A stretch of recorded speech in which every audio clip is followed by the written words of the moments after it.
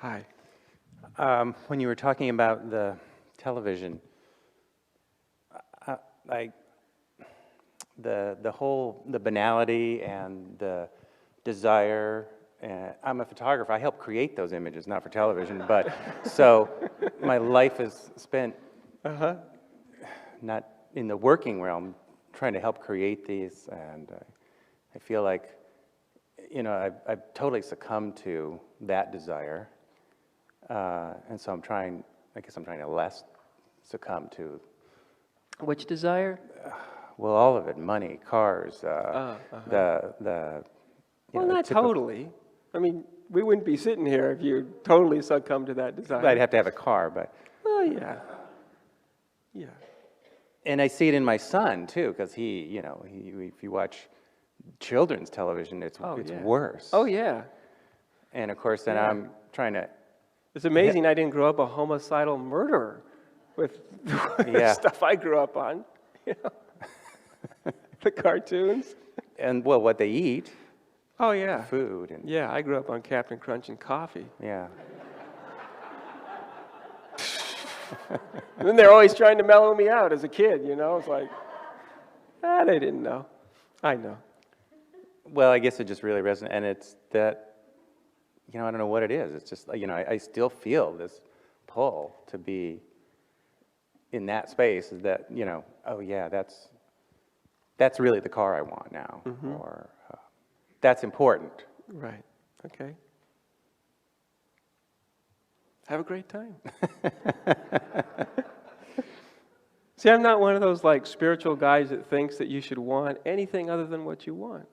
Because, hey, anything other than that is arguing with what is, isn't it? So if that's what you or somebody else wants, I say fine. That's how the one is functioning through you. Great, go ahead. Want it as much as you want. There's nothing wrong with it. Nothing. Isn't that amazing? Nothing in the whole universe except your thought or somebody else's thought is going to argue with you for wanting or be what you want or being the way you are. Nothing. Well, I'm arguing with the wanting. See, that's why I say this stuff. Right? I want to not want to want, right? But I still want that or that. That's what comes up when you have total permission to want anything you want or to chase anything you want to chase. Something inside of you already recognizes, wait, now that if I can actually do it, something inside us, it's not really satisfying. Yeah. Right? Temporarily. Look, if I get a new something or something, there's wow, I got it. But I know that it's just like, eating a candy bar. It's not a good meal. No. Right? So what about that part that knows, because you've probably like me and probably like I would imagine everybody in this room, how many things have we all got, things that we thought would really make our life happier? I mean, just immense amounts of them. Even the people that don't have, have been probably financially strapped their whole life. You bought your little, 3-inch TV. That'll make me happier. I had to save for 20 months to do it, but I'll get it, and then did it. So we are all together in a room full of each other, that we've all gotten immense number of things that we actually thought would make us happier. Right. And of course, we all got that little adrenaline burst and that little sense of when we got it. But the promise was always a false promise, wasn't it? Oh, yeah. Always. 100% of the time. It never actually made us happier. Not for very long. No. Just a little burst. Yeah. $50,000 for a car. A little shot of adrenaline, That's it? $50,000, that's all I get? Just poof. So when you really start to see it, when we really start to see, there's nothing wrong with wanting, but getting what I want isn't what makes me happy. Right. Oh, I know that. Now, what do you want to ask me? You know it up here. It's like I want to let go of that wanting coal. You want to let go of the wanting coal. The coal that's in my hand burning me, saying, you shouldn't want. But that's not true.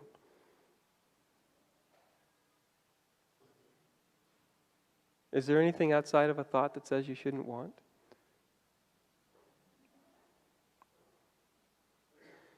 No. Now, what's deeper than that? What's really, now when you get rid of, I shouldn't want, like it's some moral defect or something, and that's just surface, right? That just sort of hides what's really happening inside. It's not really about whether I should or shouldn't want. What do you really want?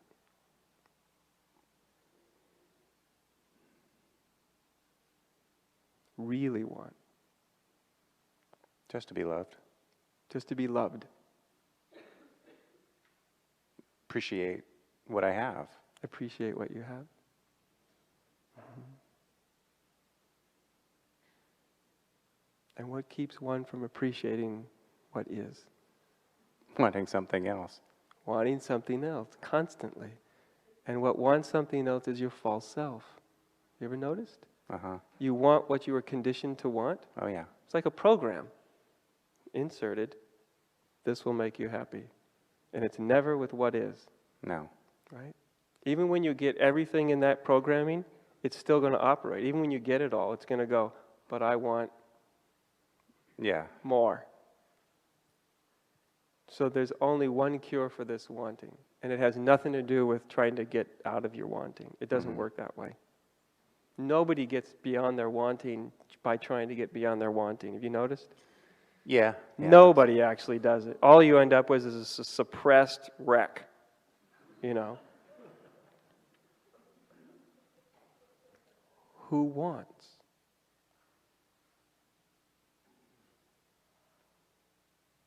How do you mean? What? I mean, what are you? When you say, I want. Everybody says, I want, whatever it is. I want. Right. We all know what we want, right? What's back here? I want. What's this I that wants? What is that? Really, what is that? I guess I'm not sure. That's the place to start.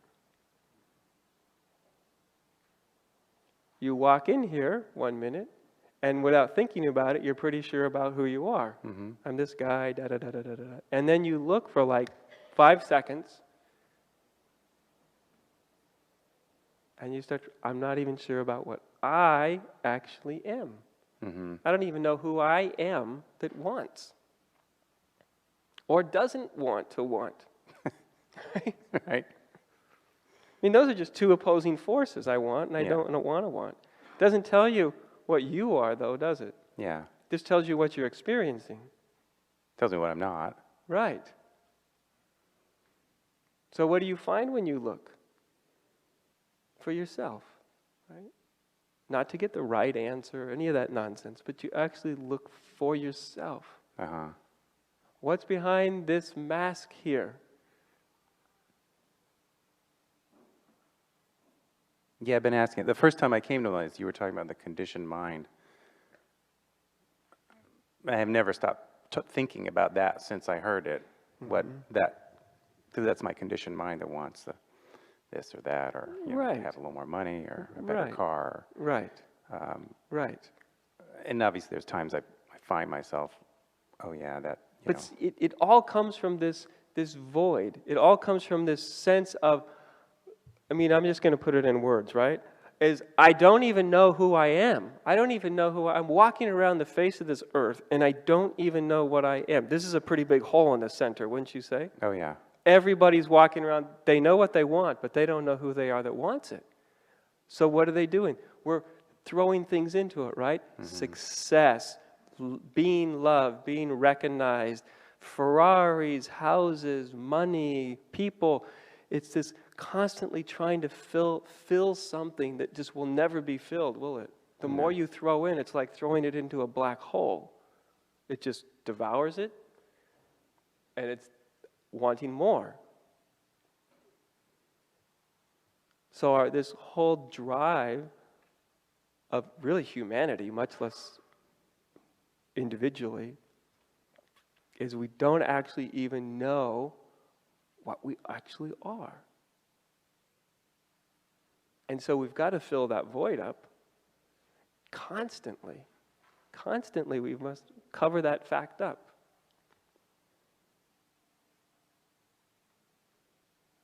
But what if you don't cover it up? Mm-hmm. Just for a moment. What if you enter that space where you realize, gee, when I look, I don't know. That's scary. Yeah. Right? And that fear is what's driving all the wanting. Instead of being afraid for a few seconds, you want for a whole lifetime. So why is it, so you look inside, and you're looking for, what is it here? What am I? I'm the one that's living this life, right? I'm the one that's wanting or not wanting. What am I? What's here? When I look inside for myself through your own authority, right? Mm-hmm. Your own. Everyone is their own authority. You look inside for your own, for you. Isn't that amazing? And you look inside and the first thing you realize, I can't find it. Yeah. Isn't that why you say, I don't know who I am? Yeah. I mean, if you found something, you'd say, hey, Adya, guess what I am, whatever. Yeah. But you don't find it, do you? No. And it's frightening, isn't it? Because nobody ever told you about that. Nobody ever told me about that either. I'm going to look inside for the better version of me, the new spiritual guy that's not going to want anything, that's going to be really enlightened or really unattached or whatever. Yeah. And shit, there's nothing there. But there must be, the mind says, right? You'd hope. Yeah, you'd hope, huh? But hope doesn't save you in the truth business, does it? No. This is about the truth, not hope. Right.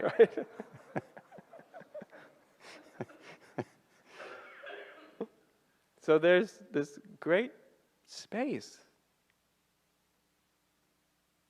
of not you, not your idea. Yeah. Right? That was it. That was the first time you were talking about the unborn and the.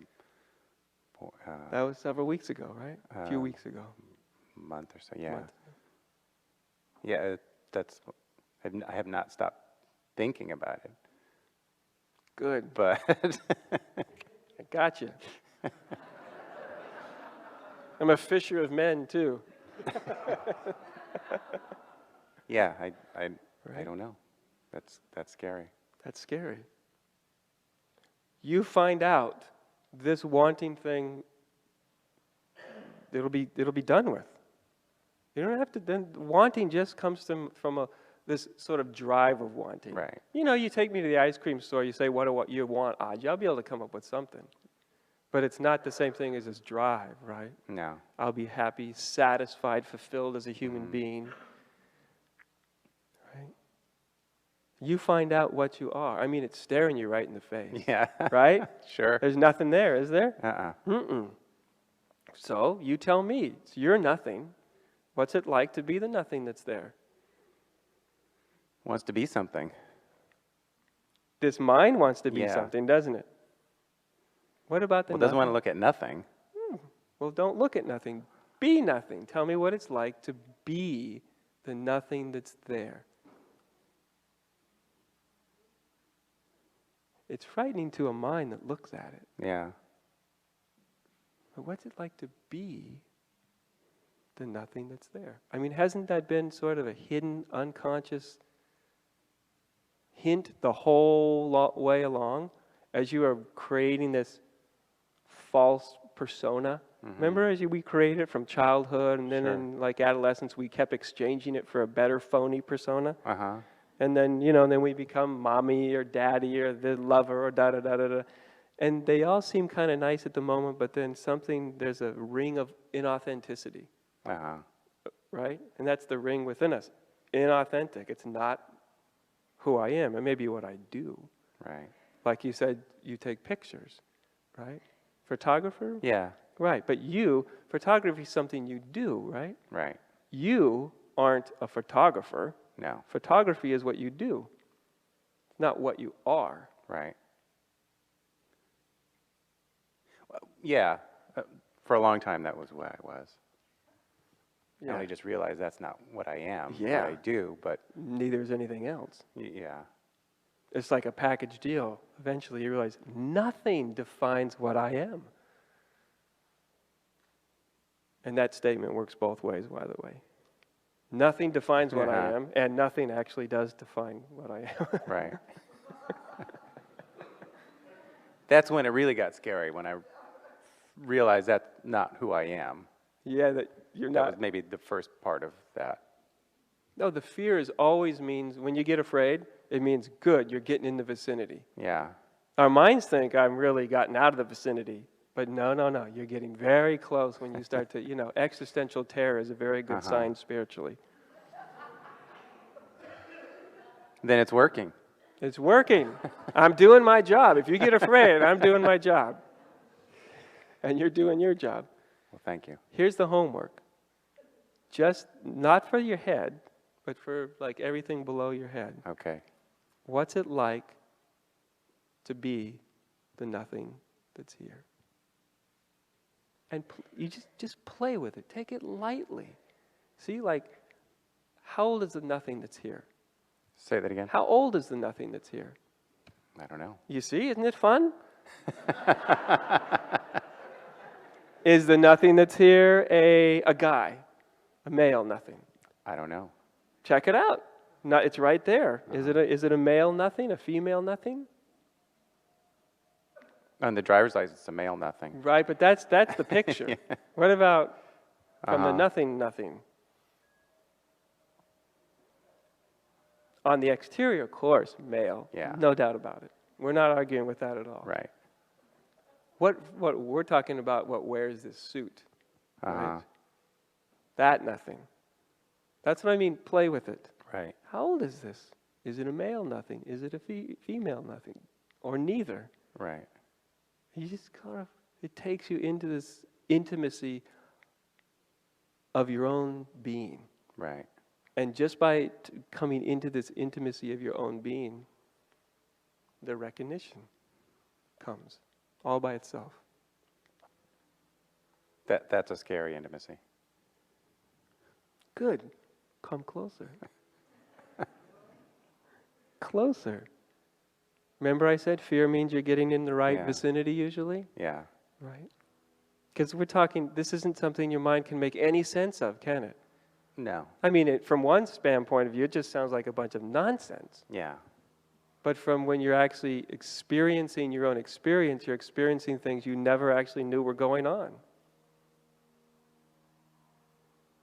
And at the beginning, it's a little shocking. You mean I spent a whole lifetime manufacturing this phony persona and it's not really who I am? And there's not even a better version of me in there? Uh-huh.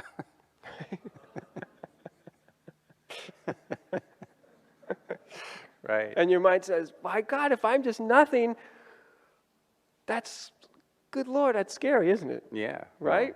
And I'm here to say, well, why don't you be nothing and find out for yourself? Mm-hmm. And as soon as you say that, my mind wants to figure out how to be nothing. Right, but it's already, it can't. No. Right, no. It's perfectly set up so your mind fails. Yeah.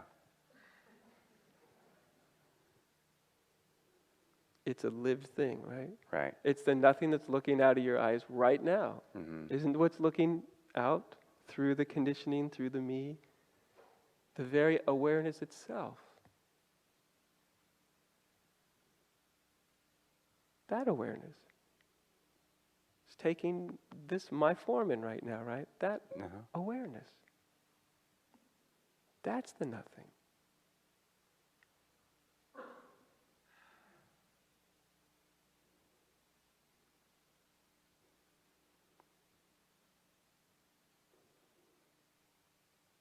Well, I know I'm in the ballpark now. You're in the ballpark.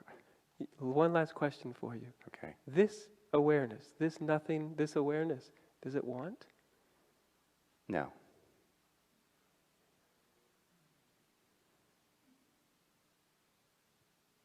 So you see if this awareness appreciates life just as it is right now. Okay. Okay? Thank you. Come back and tell me how it goes. I will. I want to know. All right. Will you? Thank you.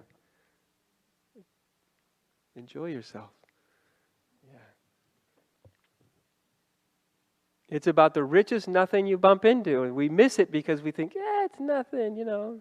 It's not that hard to get a little taste, get your toe in there, and yeah, nothing, I don't know who I am, and, you know, there's a big empty space there, and that's nice. And it seems like nothing, the nothingness of nothing. But if you open up to it, that's why I say, what's it like to be it? Then it reveals itself as much different than just the nothingness the mind touches. It's much more than that.